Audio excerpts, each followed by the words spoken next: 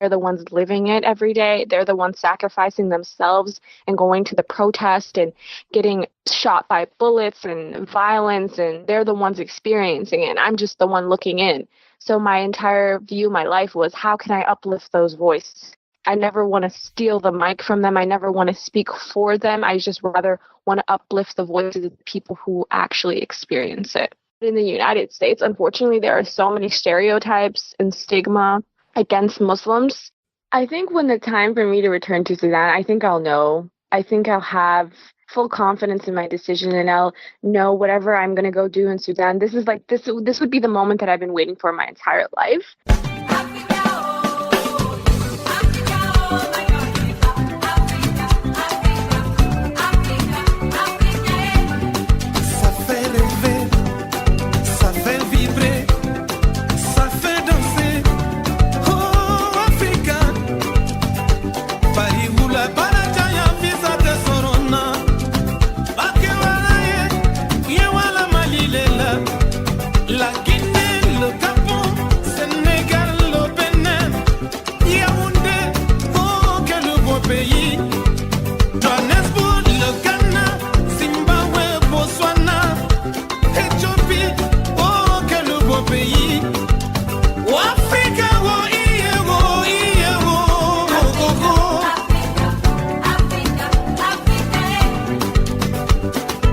Hello, Africa. You're listening to 1000 African Voices. I'm your host, Aburengwi C, coming to you from our Johannesburg studios. 1000 African Voices is a program that profiles Africans of diverse cultures who have traveled and lived across the African continent and the world. In this series, we will collect and share stories from all parts of Africa. Welcome. 1000 African Voices. Hello, Africa, and welcome to another episode of 1000 African Voices. I'm your host, Aburengwi C, and today we're joined by a very special guest who will shortly introduce herself to the listeners of 1000 African Voices. Hello, Bayadir. Hi, everyone. I'm super excited to be speaking with you all today. My name is Bayadir Mohamed-Osman. I'm a spoken word poet and artist. I'm an activist. I'm a public health professional, and I am based in Maryland of the United States of America. Originally, I am from Sudan, and my roots are based in Sudan. So I'm super excited to be discussing with you guys today my story. I'm also very excited. It's always great on the show when we have a voice from a country that we've never covered before. So Sudan is one of those countries, because one of our aims is to cover all our 54 states. So thank you for helping us at least cover Sudan. So I'm really excited to delve deeper into Sudan. But before all of that, I really want to understand the person that you are. You've already touched on it. When you say you're from Sudan and someone listens to you speak, it's clear that you spent a long time away from Sudan. When did you leave Sudan? So I was born in Sudan. I was born in Kassala, eastern of Sudan. And when I was about 2 or 3 years old, my family moved to Egypt. When I was 5, we came to the United States. We came through political asylum, which means specifically my father was an oppositional leader. His views were against the government's views, and in that sense, we had to leave the country for safety reasons, and because the government at the time was very oppressive to people who had different views, and it was unsafe for us. So thankfully, we applied for political asylum, and we were granted that for the United States. So ever since 2000, we've been in the USA. Wow, so in the year 2000, you say you left Sudan when you were, is it 3 or 5? Yeah. Mm-hmm. Okay, so you've been in the States for quite some time. So obviously, if you say that your father was in a way part of the opposition against the then regime, and it's quite refreshing to use the word then regime, can you maybe tell us about how you are feeling, especially this week? So we're doing this recording in April 2019. How are you feeling with the recent activities of Sudan? I'm out of this world happy. This is a completely different feeling. So we're specifically speaking about President Omar Bashir. He was the dictator for Sudan for 30 years. This man has caused so much oppression, corruption in Sudan for these past 30 years. And I am only 22 years old, and he is 30, and his regime was 30 years. My entire life, he has been the president of Sudan. And now, today, I can finally say he is no longer the president, and this is a completely new chapter for Sudan and for my family and for my father's work that he's done all these decades and generations are going to experience a new Sudan now without President Bashir as the leader. And what are your expectations, if you have any? I mean, you've lived, and I suppose you followed the politics and the general activities in that country, but it is not the same as someone who is living there, going through that every day. Your perspective has been, for at least the last 15 years or so, has been as someone looking into Sudan as much as you were born in that country. What's your perspective? Definitely. I definitely feel I have a different perspective, and I have a privilege that I'm outside of the country, that I had the opportunity to go get my education in a different country, to have healthcare here, to have experiences that I wouldn't have had if I was in Sudan. And it's a privilege because millions of people in Sudan do not have the same opportunities that I have. So I understand that I have this privilege, and I always want to never forget where I came from and make sure all the work I do uplifts Sudan and the voices of the people there. So it's definitely these past couple months looking into the uprising, realizing that my views of it are completely different from the ones who are actually experiencing it day to day. I'm experiencing it from the outside, and they're the ones living it every day. They're the ones sacrificing themselves and going to the protest and getting shot by bullets and violence, and they're the ones experiencing it. And I'm just the one looking in. So my entire view, my life was, how can I uplift those voices?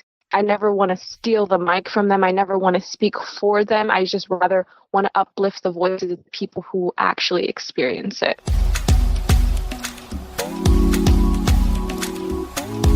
As you're growing up, at what point did you feel like there's a voice inside you that needs to be heard? What I'm asking is, when does someone like you decide that I am going to be an activist? Is it a decision, or do you feel that it's a natural occurrence that just happens? Oh, wow, that's a really good question. To be honest, even the word activist I sometimes don't even identify myself as an activist, and I find myself other people identifying me as an activist. I feel like all the work I've ever done for Sudan and for the communities that I'm from my Muslim community, from my Black community, from my African community, I felt like I've always done those things because it was my responsibility and I'm doing what I should be doing. I never thought of this as an extraordinary thing that I'm doing. I felt like I've always just had a responsibility to speak up for the communities that I come from and uplifting my family and my loved ones. So I've never thought of it as I'm doing an extra job or I'm doing an activist job. I just felt like I'm doing what I have to do. So I feel like maybe even since high school, college years, that's when I've had the opportunities to speak up for people. But I feel like it's something that it was raised in me at a young age, that when we first came to America, my family was like, you never forget your family overseas. You never forget to help them. You never forget to bring them up with you, you know? So I don't know if there was ever a day there was like, I'm going to be an activist or I'm going to help this community. It was something that was really instilled in me at a young age. Yeah, it's always interesting that those that are viewed as activists don't necessarily view themselves as such. So it's quite interesting to me when you say that you don't identify with that label, and yet when I look at the work that you've done, I, as an outsider, so to speak, I can look at your work and think, okay, that is activism in action. There's a video that you did which is quite popular when you were talking about, I think it's called the hijab. I was really keen. The hijab. Yeah, the hijab. I was keen to understand why you chose to use that as a tool to deliver what I found was a very powerful message. And we will refer our listeners to that video, but I wanted to understand from you first, why you chose is it a spoken word artist, why you chose the hijab as a tool to express yourself? Wow. So I know the poem you're referring to. So the way that poem came together was I was traveling to Sudan a couple years ago, and I was traveling to Sudan by myself. And this is the first time I was traveling to a far location by myself. And this is very scary. Like, not airports aren't scary or anything, but being a Muslim and being a Muslim woman traveling by yourself can be scary because TSA, when they search you, they always search me extra. People always give me stares and looks, and I was freaking out. I was inside. I was like, "Oh my gosh, they're going to look at me. They're going to do this. They're going to question me." And I've been interrogated before at airports. I've been pulled to the side. I've been put in a room before, and I've been had questions like, "Where are you going? Where are you coming from? Are you Muslim? Are you this?" And this is a real experience that Muslim women feel, especially in America. And in Sudan, of course, I don't feel any of this because everyone there is Muslim, or a big majority of people are Muslim. But in the United States, unfortunately, there are so many stereotypes and stigma against Muslims.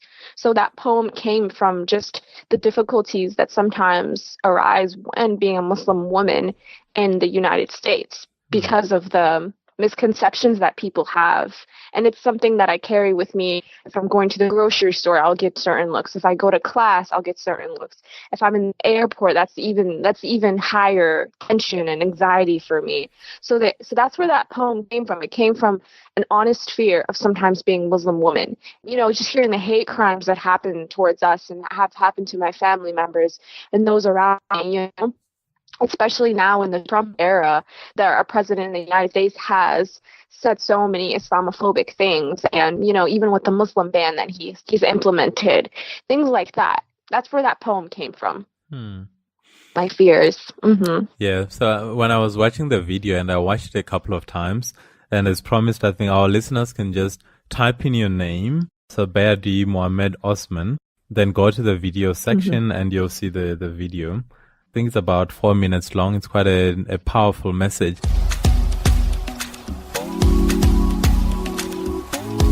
But when I was watching it, I thought Black Muslim Sudanese American young. It's quite a combo. So how does someone as young as you deal with all of that? I mean, you've already touched on the fact that it could be argued that you left your country, Sudan, not out of choice, but out of necessity. Then you find yourself in America as Black female Muslim. Now you have to deal with something else. How do you think all of that has impacted the person that you are, or just your general view on life? Wow, it's a great combo, right? So it makes things very difficult. I'm not going to lie, because like you've really noted it. That's a really good question. Sometimes I've realized my community, sometimes these communities that I'm a part of, they also aren't accepting of each other. At times, for instance, in the Muslim community, there is racism. There's a white superiority complex that occurs in the Muslim community. So sometimes my Black identity doesn't get uplifted in the Muslim community. And then sometimes in the Black community, my Muslim identity doesn't get uplifted. So it's just two of my homes are just colliding with each other at times. So sometimes it's really difficult because I'm a part of so many different categories, and they're sometimes difficult to put all this in one. And you feel like you have to put yourself in boxes because there's stereotypes of how a Black person should be, and how Black people are assumed to only be Christian, or how Muslims are only assumed to be white or Arab, things like that. So it's a combination that just conflicts with each other at times. And I always feel like I always have to remind myself that I don't have to put myself in a box, and that I'm unique for a reason, and that all these identities make me who I am. And I'm very proud of every single one of them. But you're right, sometimes it is difficult to be proud of all of them at the same time. Yeah, I can imagine. But I also get the sense, listening to how you come across, I get the sense that it does make you stronger. I suppose it goes with the cliche that what doesn't kill you make you stronger. But at times, I think we mostly wish that we didn't have to go through all of that. Like, why should I go through the struggles? And I'm referring to myself now as a Black African who comes from a country that is synonymous with oppression, where as much as when you come out, you do feel stronger. You imagine how life would have been if you had not dedicated so much of your life to the struggle, but rather just focus more on what you can do with your Living. potential. Yeah. Yeah. No, you're right. That's a really good point. Yeah. It's like I spend so much energy fighting oppression and fighting racism and fighting sexism and fighting President Bashir and just fighting everything. And it's just like, when do I have a time to breathe? And just who is Bayadir without my struggles? I think that's like something that I've been trying to focus on. Oh, have you? Who am So I I without was my gonna, trauma and my oppression? yeah, no, I wanted to say, I was going to ask you that when we strip away the political struggles of Sudan, or now you having to fight with your religious identity, when all of that is stripped away, do you find you struggle with identifying who you are or should be? Or is that something that you're going through now? So I definitely have things that I love outside of my activism, outside of my identity. But I think it's okay that my life right now is centered around my struggles and around overcoming all of these things. I think it's okay because I'm thinking even to I'm also a public health professional, and the work that I even do there, it ends up relating to my identity also. So it's one of those, like, it's okay that my entire life is very intertwined, and my goal is to overcome these struggles. And I think that's okay because it adds character, it adds a lot of passion for me, it motivates me. Okay. Now, Betty, I am aware that some of the questions I'm asking are philosophical, for lack of a better word. As I was asking, I was actually thinking to myself, when you strip away everything that you do, what is left behind? But as I said, that's more a philosophical question. You mentioned that you are in the public health space, which then reminds me to maybe go back in time a bit and understand what you studied and why you chose that field. Is public health something you wanted to do from when you were maybe going through high school? So initially, when I was in maybe high school and even when I was a child, I've always wanted to be a pediatrician. I always wanted to be a doctor. Every African parent's dream. This is the only option that I had, right? So I always wanted to be a doctor. But when I got to college, I started taking chemistry, I started taking biology, and I was doing horrible. I was not good at it. And I wasn't happy either. And that was so much more important to me. So then I realized to myself that my true passion has always been public health. And for those of you who don't know, public health has to do more with the systematic reasons as to why people get sick in the first place and preventing illnesses in community. So for instance, making sure that's a public health issue, making sure people are vaccinated, public health, preventing gun violence in a community, public health. So public health honestly is everything. It's where you work, it's where you go to school, it's where you pray, it's the water you drink, the air you breathe. Public health is everything.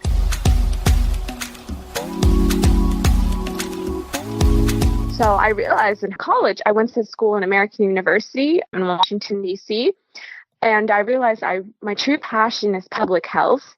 And I think the moment that I realized public health was for me was maybe in middle school when my grandfather, my mother's father, was ill in the hospital, but he was in Sudan. And I realized my mom told me the stories of what she saw in that hospital. She was telling me there was cats everywhere. The food that they were providing him was not healthy. They lacked oxygen. The beds weren't clean. Nurses and doctors weren't wearing gloves. So it was all these things that made him, I don't want to say made him sicker, but all of these things are things that you shouldn't see in a hospital. So all of these are public health concerns to me.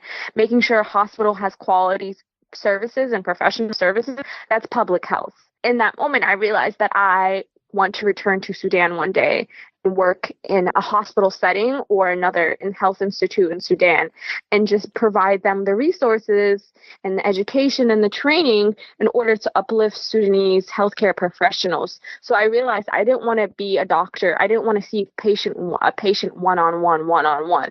I wanted to make sure the doctors who did see patients had all the resources and the supplies that they needed in order to fully treat a patient with quality services. So that's when I realized that my true passion was public health, not pre-med. I don't really want to be a doctor. So in college, then I did my transfer. Then I started pursuing public health, and I left pre-med behind me. So that's why I chose public health, is because I want to focus on the bigger issues, and I want to make sure people aren't sick in the first place, rather than treating them when they do get sick. I mean, I was going to ask you if one day you plan to go back to Sudan, and you've already answered that. But what I'm wondering now is, in making that choice, when the time comes, what will you be leaving behind the States in exchange for a life in Sudan, and why would you choose to do that? I think when the time for me to return to Sudan, I think I'll know. I think I'll have full confidence in my decision, and I'll know whatever I'm going to go do in Sudan. This would be the moment that I've been waiting for my entire life, because even now people are always asking me, why don't you go to Sudan now since you want to help Sudan? I always tell them I don't feel like I'm ready. I want to make sure I get enough experience, have enough of my degrees. I also want to have a master's. I also want to have my doctorate. I want to make sure I build myself enough and I have as much information and as much resources and capital. And so in order, when I go to Sudan, I can be as much beneficial to the people there as possible. So I feel like when I go to Sudan, I'll know it, and I'll this is the moment that I've been waiting for. So I won't see it as leaving back America. I would finally see it as me accomplishing a goal that I've waited my entire life to reach. Okay. So sometimes, I know I'm the host, but at times I get taken away by something someone says. So in answering that question, that you won't be living behind the States, but mostly going back home in short. Therefore, you shouldn't be expected to justify or answer why you need to go home, because it is home. And I know I'm extending your answer, but it's such a beautiful way to view the world, but also a beautiful way to answer that question. So thank you for that, and all the very best with your master's and PhD. It might take a while. I don't know what your timeline is, but I understand from those that have done that before that it does take a while. So what happens if it takes you, say, 20 years to amass enough capital that will allow you to go back to Sudan and make a difference? Because I agree with you. Sometimes you can have this desire to make a difference, but if you don't have the means, then all you become is just a frustrated person who cannot make any actual change happen. I want to say then I won't just wait for one moment to go. Then I'll have different projects within that time period in order to help Sudan.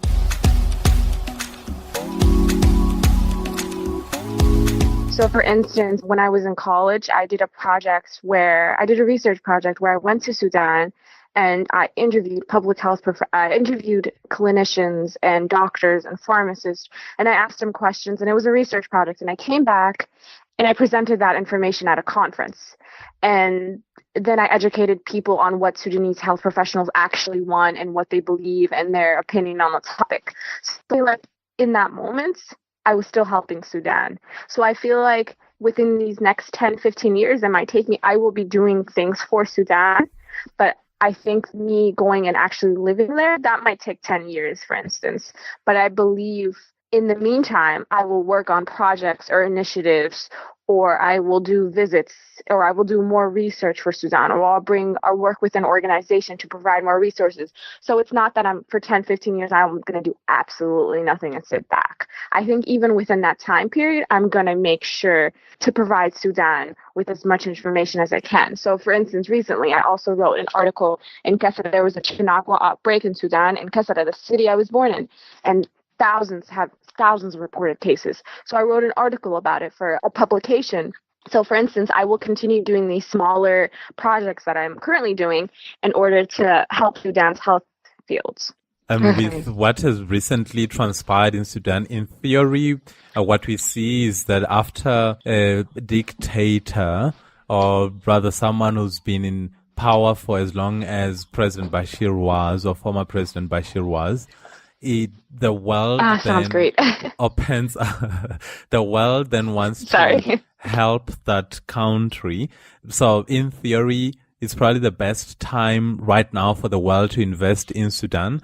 So maybe when you eventually go back, the country that you left behind will be already in a much better state, and you'll find the ground to be even more fertile for you to go and exchange or use your skills for the development of Sudan. Do you fear, though, that a new regime may take the country in a totally different direction from what you and people like yourselves have been advocating for?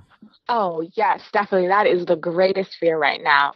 So initially, when President Bashir stepped down, he didn't step down. He got overthrown. I'll clarify that. So initially, the person that was put in his place immediately was Awad ibn Auf, and he was the Minister of Defense for Sudan, and he was a part of the Transitional Military Council. But within 30 hours, the people who were protesting for Bashir to step down were all of them stayed where they're at and continued protesting. And within 30 hours, Awad ibn Auf also stepped down, because this man was also a war criminal and sanctioned against the U.S. for the genocide that he led in Darfur. So I'm confident in Sudan right now that whatever president or head of chief goes to office right now, that they are not going to settle for anybody that's less than what they deserve. So we just saw that with Awad ibn Auf. Immediately, Sudanese people continued protesting, and they said, nope, this is not what we want either. And we're going to stay in the ground and make sure our voices are heard. So I do have that fear, and that fear was a reality, because when Bashir stepped down, of course, we were happy for 2 seconds. And then all of us were like, as soon as we saw Ibn Auf's name, our hearts dropped again, because this man is just as bad as him, you know? This was our greatest fear. So when Bashir did step down, of course I was happy, but when I saw the new name, we were all devastated again. And we realized there's still more work to be done. And one of the most beautiful things that I saw when Ibn Auf was in president and the people chanting, they were chanting, the revolution has only begun.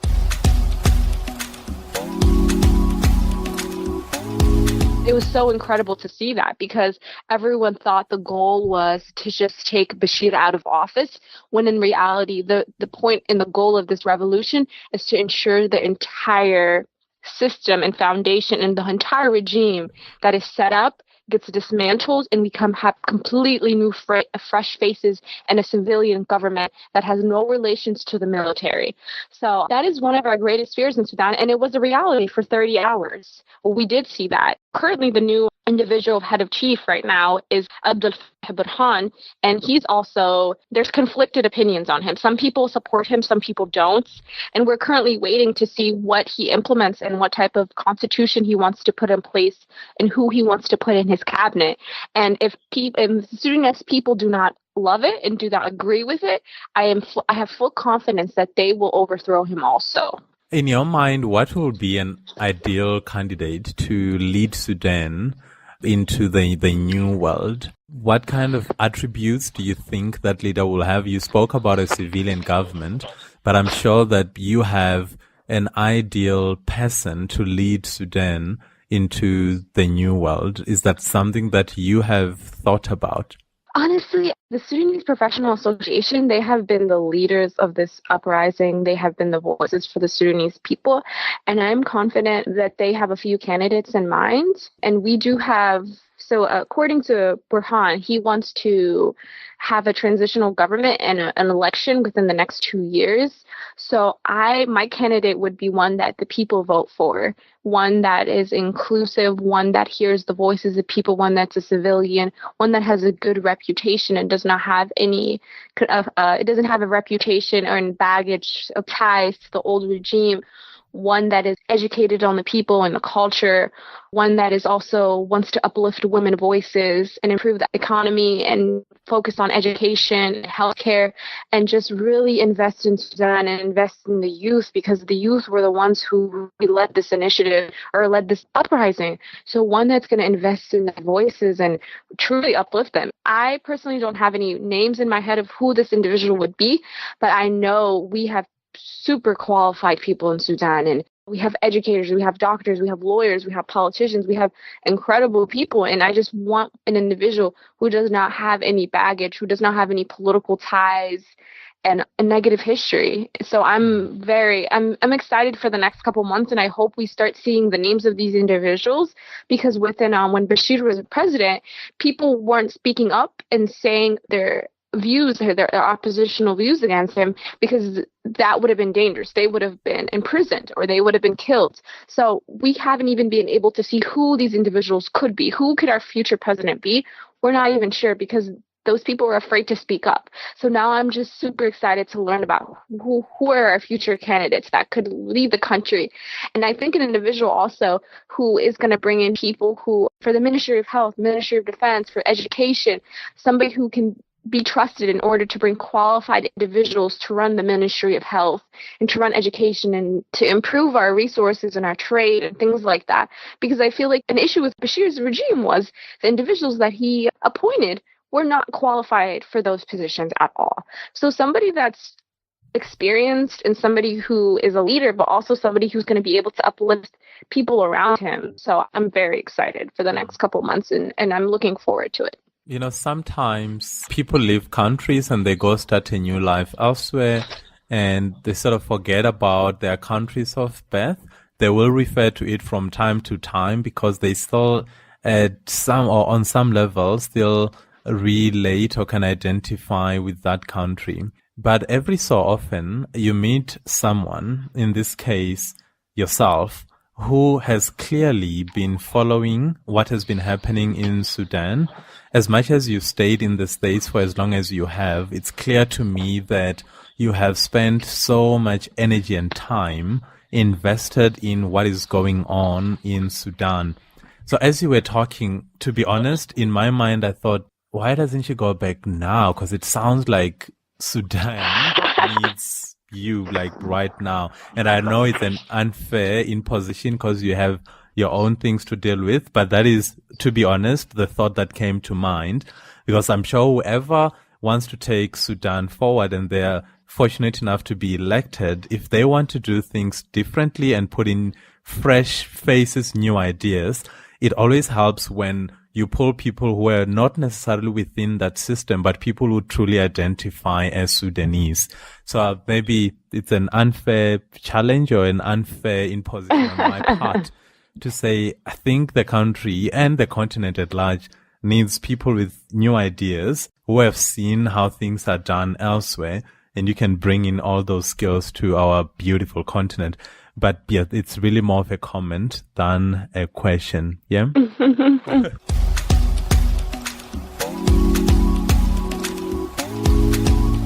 Thank you. I appreciate the compliment, but I'm also very confident in the youth over there. So I definitely, I have good opinions. I have a good perspective, but I can't compare to the ones over there. The ones over there, I'm so confident in the youth over there. They're the ones that have led this uprising from ground up. They're doing grassroots work. They're the ones taking the bullets. I am full. So thank you for the compliment. But the people over there, if you think I'm smart, just wait till you meet them over there. They're probably 100 times better. So yeah, I know. But at the same time, I've also, I suppose, through life experience, what I've realized is when you are in the struggle, and we've seen this across the countries as we got our freedom and countries were liberated, because people had spent so many years, decades fighting for their freedom. When that freedom finally came, you had not spent enough time as a freedom fighter in thinking about what it is that you really need to do, how should you go about doing that, because all your energy was sapped by the struggle for freedom. So the freedom part was the goal. Once you have that goal, for most people it's really hard to say, oh, what do we do Now that I have this freedom, Yeah, I have not really because thought they don't know about what anything happens else. next. Yes, exactly. I'm just That's a good saying, as point, much yeah. as the people have been taking the bullets, it's those that have been maybe at a distance who may come in and say, let's go in this direction. But yeah, once again, I do realize that I am speaking as an outsider, just wanting to get your perspective. But you're going to start wrapping up, but before that, I think it should be the listeners will not forgive me if I don't ask you about poetry. We have spoken quite a bit about politics, but maybe let's end on a more relaxed note. So you are a poet. I just wanted to understand why you like poetry, and maybe you can find a poem that can play us out as we start wrapping up the conversation.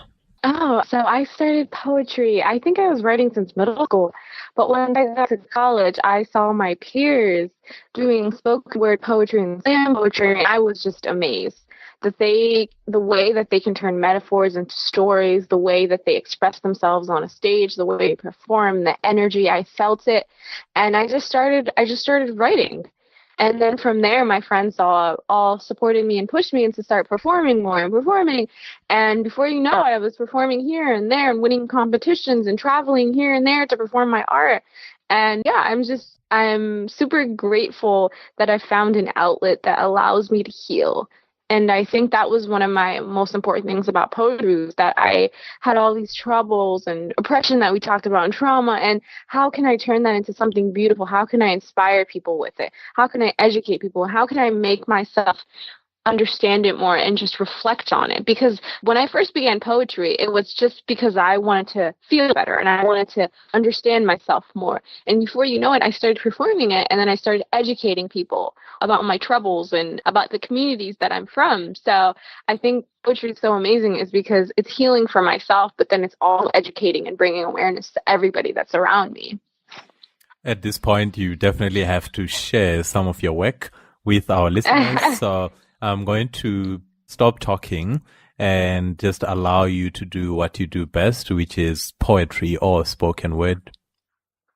Great, thank you. So I'm doing a piece titled Secondhand Smoke. This piece is not online, so that's why I thought I'd do it. A lot of my other work is online, so check it out. So this piece is titled Secondhand Smoke. About 54,000 people die from secondhand smoke a year. Some suggest it may be worse than firsthand. I didn't live through wars. I am the echo of my Sudanese lineage. I did not jump from country to country not knowing where home was, but I do know what smoke does. My family, all 6 of us, were chased out of our country. The government wanted my father dead. His scars are white, symbolizes peace on our flag, but the government has masters in false propaganda. Instead, Sudan is not in peace, but in 2 pieces. I wasn't raised on fairy tale stories about Cinderella, Rapunzel, and Snow White. I was ignited on biographies of my people, how my father resisted dictators, how my great-grandfather fought imperialism, and how he was friends with the great queen. I was raised to follow my dean. I was raised on what my parents had seen. My parents and my suppliers addicted me to these stories like nicotine. Who needed to hear about superheroes saving the day and helping the poor when the only thing that saved my family was an American passport? Every room in my home I walk into, I'm engulfed into a thick fog. In my living room, I'm reminded that's where families gather for funerals. I've been to too many. My breath is engulfed, but tears always find my way. I don't know if we cry for the lost soul or the fact that Sudan is on fire. Mourning for the soul, but Sudan is dying to them too. Smog lingers in these rooms. You can't quit trauma cold turkey. An American identity can't shield you from the gloom. Whoever walks into my home, we offer them chai, biscuits, a lighter, and an ashtray.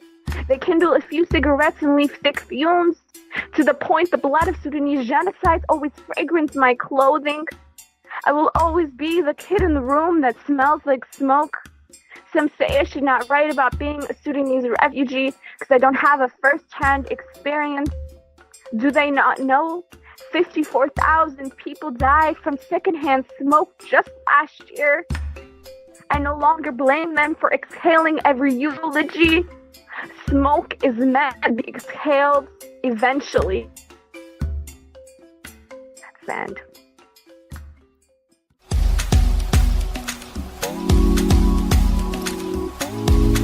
Wow. That felt like a personal, deeply personal, heartfelt story.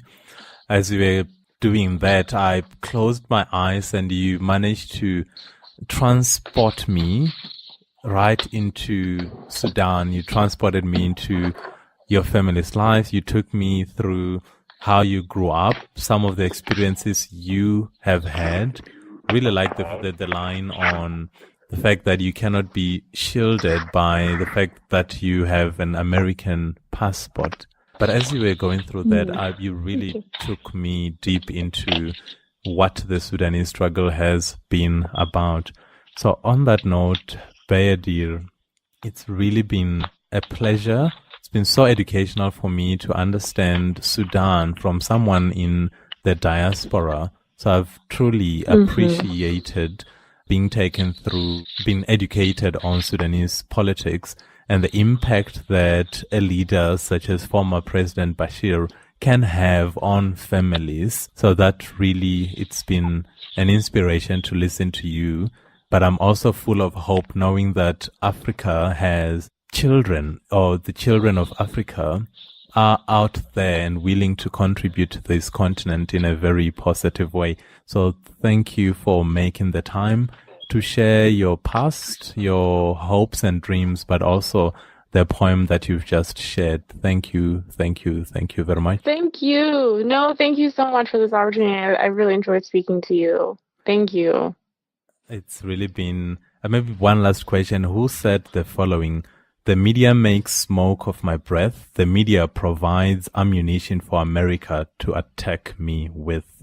I'll refresh your memory. That was said by Bayadir Mohamed-Osman. I love that line. The media makes smoke of my breath. The media provides ammunition for America to attack me with. But once again, thank you. It's really interviews like these that remind me why this show exists, why it's important for us to record and share 1,000 African voices. It's really been a pleasure. Thank you. No, thank you so much. I really enjoyed speaking to you. This is amazing. 1,000 African voices. You've been listening to 1,000 African Voices. Please join us next time as we bring you yet another African voice. 1,000 African Voices is produced by Aburengwi C. Sam Ganich is our sound engineer, with our head researcher Jones Maleka. The intro soundtrack for the show is by the legendary Salif Gator from his 1995 album Forlorn.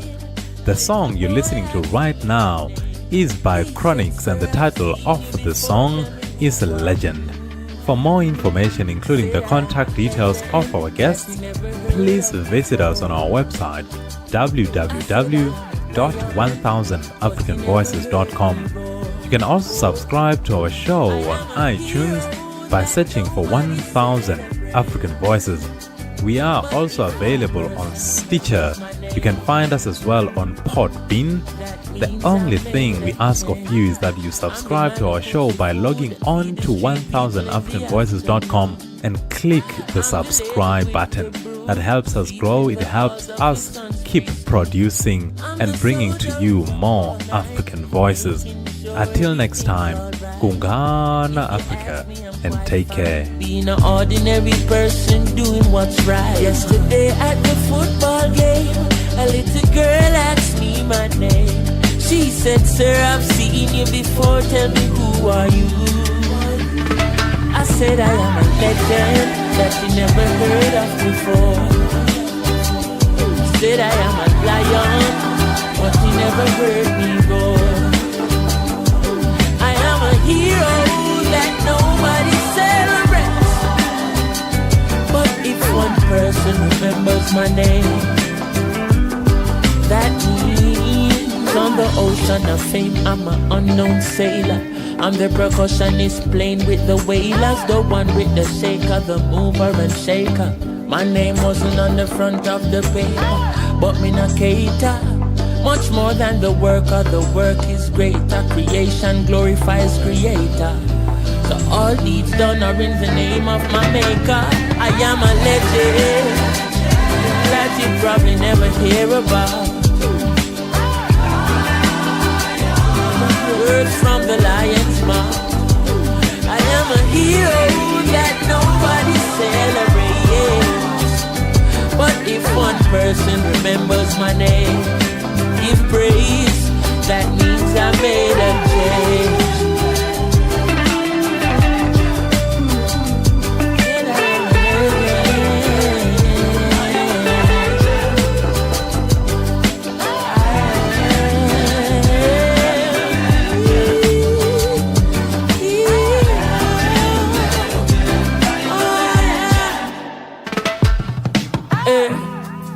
Story of my life, ordinary person just like you.